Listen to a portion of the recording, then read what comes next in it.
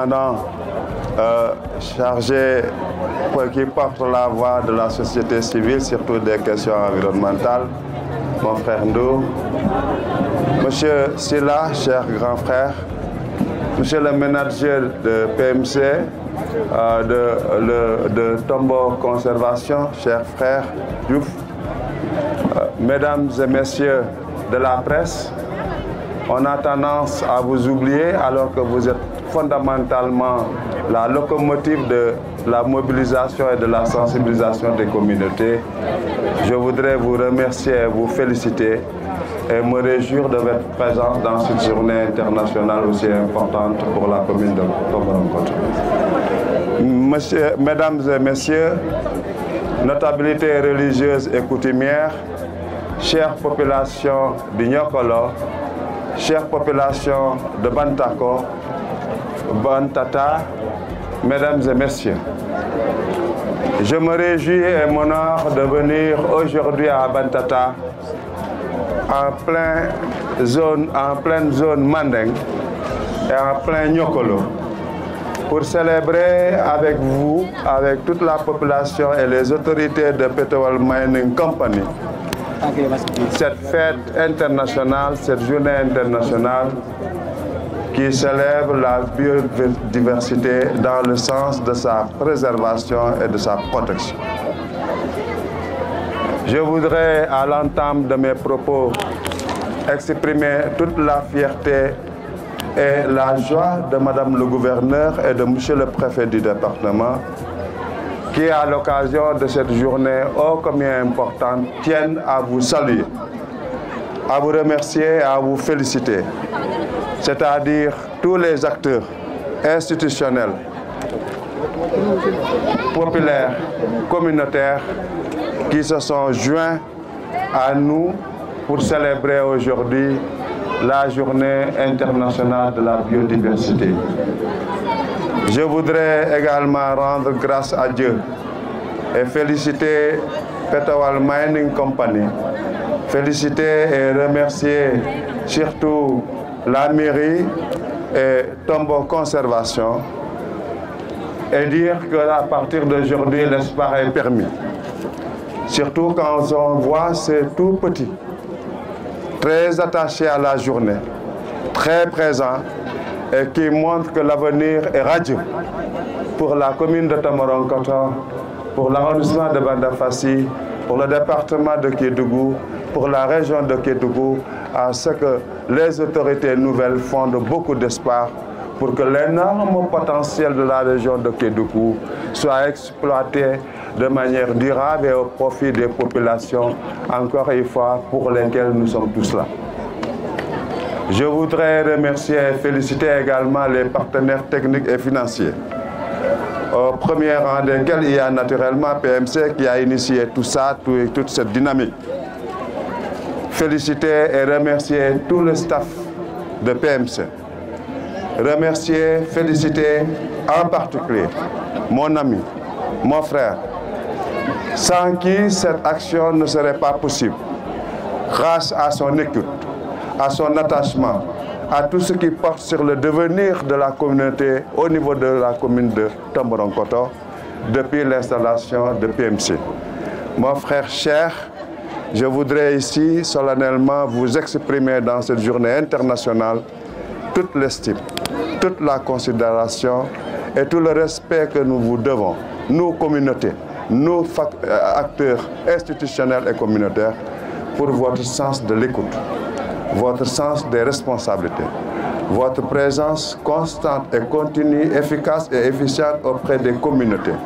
mais surtout vos qualités managériales qui ont permis la mobilisation d'une équipe dynamique, celle de BMC, avec le soutien de toutes les autorités supérieures de la boîte. Nous voudrions ici vous exprimer notre profonde reconnaissance, vous exprimer notre fierté, vous exprimer notre volonté inébranlable et notre disponibilité sans faille à vous accompagner pour qu'ensemble, dans une action de synergie, nous puissions porter très haut le flambeau du développement économique et social, mais aussi et surtout du développement durable, c'est-à-dire fondée sur le respect de la nature, fondée sur l'efficacité et l'efficience de nos relations avec l'environnement. Car, comme le disent les économistes, le développement économique et social dépend fondamentalement de la nature des relations que nous tissons avec l'environnement, que nous tissons avec l'espace. Et aujourd'hui, il est permis de croire au devenir radieux de cette zone, parce qu'au-delà des responsables institutionnels, au-delà de PMC, nous avons constaté aujourd'hui l'engagement de toutes les catégories socio-professionnelles de la zone. Les jeunes, les filles en particulier, les femmes, les hommes de bon âge et d'âge révolu, qui se sont tous retrouvés ici pour un idéal communautaire qui vise à faire en sorte que Tomboronkoto, dans sa globalité, connaisse un développement économique et social, mais surtout ce qu'on appelle un développement durable, où il y aurait un équilibre et une douceur dans les relations entre l'homme et l'espace qui pourrait aboutir également à la conservation durable de notre flore, de notre faune, mais surtout à l'équilibre des écosystèmes pour que cette biodiversité continue à servir les communautés humaines qui doivent de plus en plus prendre conscience des enjeux multiformes et nombreux qui s'accompagnent de ce qu'on appelle le réchauffement climatique. Aujourd'hui, tout le monde peut constater, au-delà des théories. Ce programme comporte deux composantes. Il y a une composante communautaire qui se déroule dans la commune de Tomboronkoto. Mais l'autre composante aussi non moins importante, c'est la composante parc national. Nous avons accompagné les autorités dans la conservation, mais aussi en aidant les autorités pour enlever le parc sur la liste rouge, n'est-ce pas, de l'UNESCO. Chaque année, la société débourse un montant de 750 000 $ qui est dédié à ces deux composantes. Et de manière volontaire, pour dire combien nous tenons à la conservation de l'environnement, mais aussi à l'amélioration des conditions de vie. Monsieur le sous-préfet, je pense que cette journée, au-delà du folklore, cette journée est un rappel, un autre point de départ pour un engagement beaucoup plus, n'est-ce pas, engagé pour la cause de la conservation. Sans la conservation, point de développement durable. Sans la protection de l'environnement, point de développement durable. Je ne saurais terminer, monsieur le préfet, sans remercier la population de Bantata pour cet accueil. Ça a été vraiment belle, riche en folklore. Je crois que la quatrième dimension de la biodiversité devrait être la dimension culturelle. Au-delà de ces trois autres dimensions. Au-delà de ces trois autres dimensions, génétiques, spécifiques et écosystémiques, la quatrième dimension, véritablement, c'est la dimension diversité culturelle. Et Bantata trouve encore, n'est-ce pas, cette melting pot, cette melting culturelle aujourd'hui qui nous a. Vraiment, merci beaucoup à la population de Tomboronkoto. Mention spéciale aux dames, à la Barca, à Fanny, à Niba. Je vous remercie de votre présence. Merci beaucoup.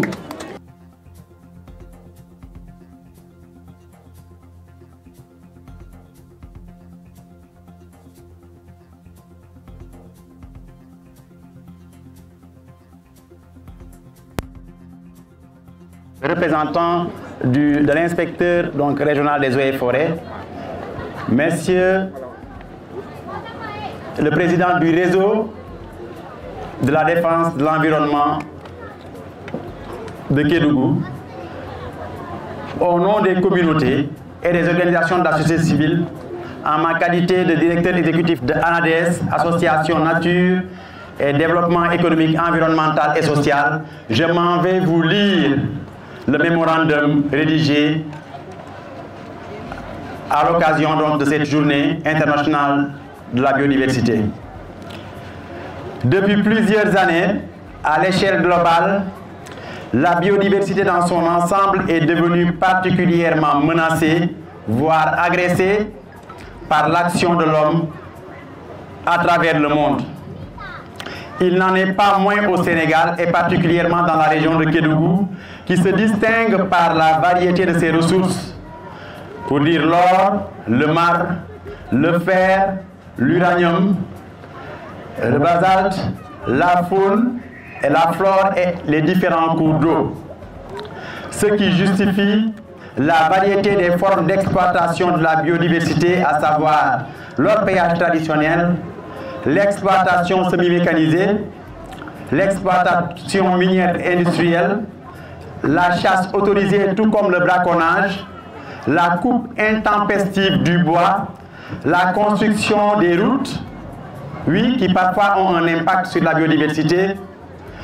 l'agression abusive et polluante des cours d'eau et de la flore par les exploitants, laissant de grands trous à ciel ouvert sur des étendues parfois à perte de vue. La combinaison des actions quotidiennes,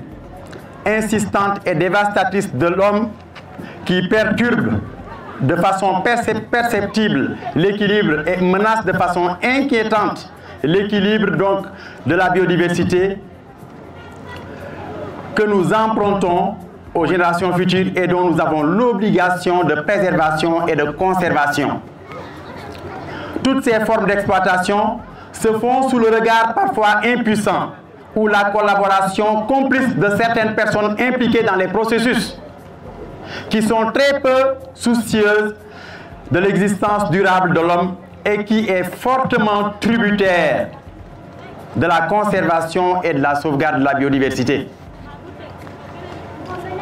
Dans les menaces,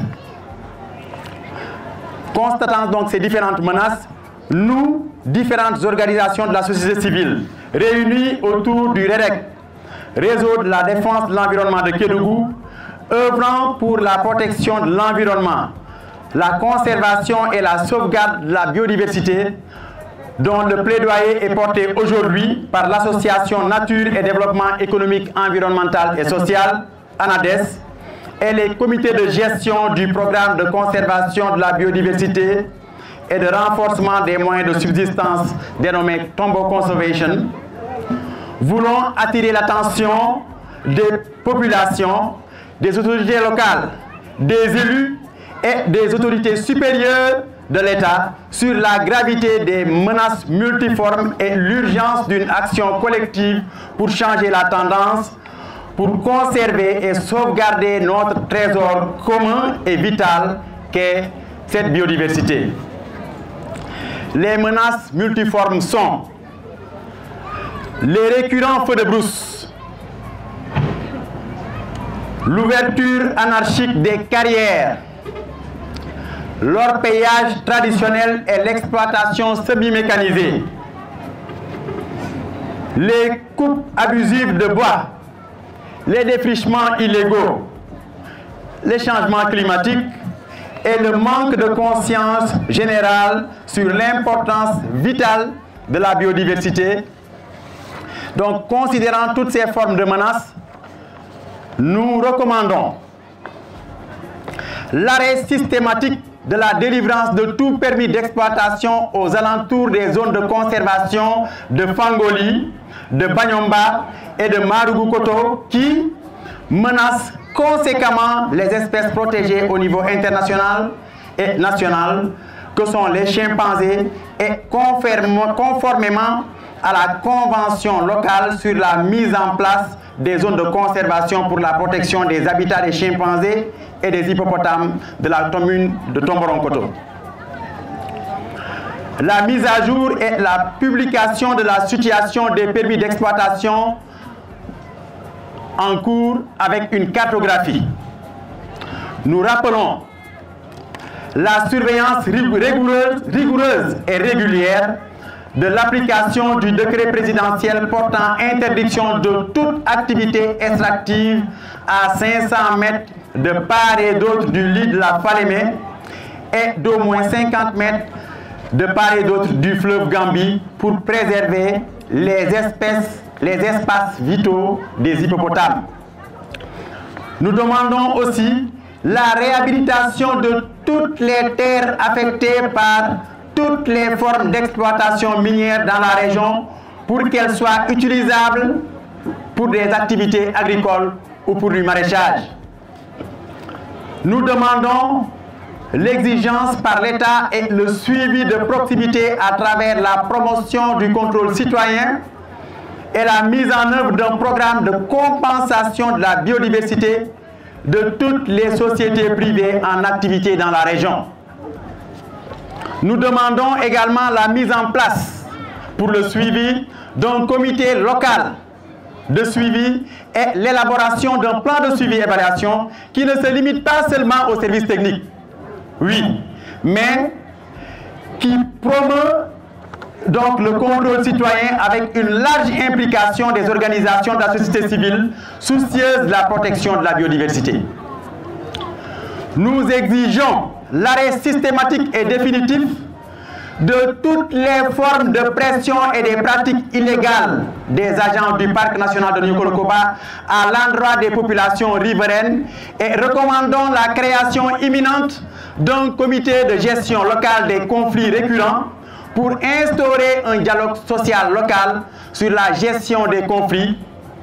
pour que de telles pratiques ne se répètent plus parce que les choses sont en train de durer et cela a une histoire. Nous recommandons la mise en place d'un comité local pour la gestion à travers le dialogue social de ces conflits. Nous demandons également l'érection des zones de conservation de la commune de Tomboronkoto en réserve naturelle communautaire RNC. Et enfin, nous plaidons pour que l'actuel gouvernement du Sénégal ait un regard empathique et patriotique à l'endroit de la région de Kédougou qui, malgré les richesses qu'elle regorge, est le plus haut PIB du pays, à savoir 1 million de francs CFA par habitant, fait partie des régions où la pauvreté est plus visible, pour que nous espérons au Sénégal la mise en œuvre effective de l'agenda Sénégal 2050 pour un Sénégal juste, souverain et prospère. Je vous remercie de votre aimable attention.